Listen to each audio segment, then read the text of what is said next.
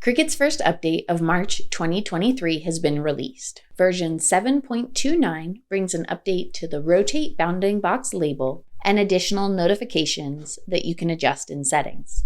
It does not include the larger print and cut size. My name is Ruth. This is Hank's Maker Mentor. Let's take a look at the update in action.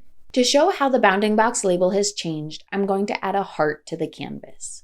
Originally, I did a star, but it was harder to see the differences. When you start rotating the shape, the label stays on the side of the bounding box that was at the top. When you rotate it more than 45 degrees, it snaps to the side that is now at the top.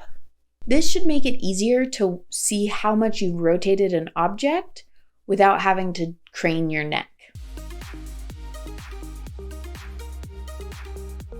To adjust the notifications you receive, you'll need to click on the hamburger menu, select Settings, and go to the Notification tab.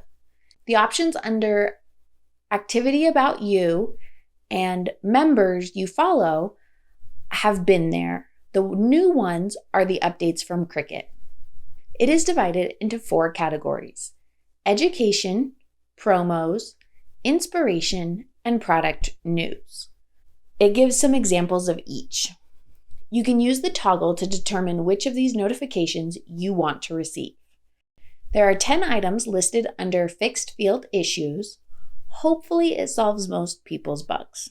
This was a small update, but I think that's in preparation for new things that Cricut will be releasing later this month based off of the letter from the Cricut CEO.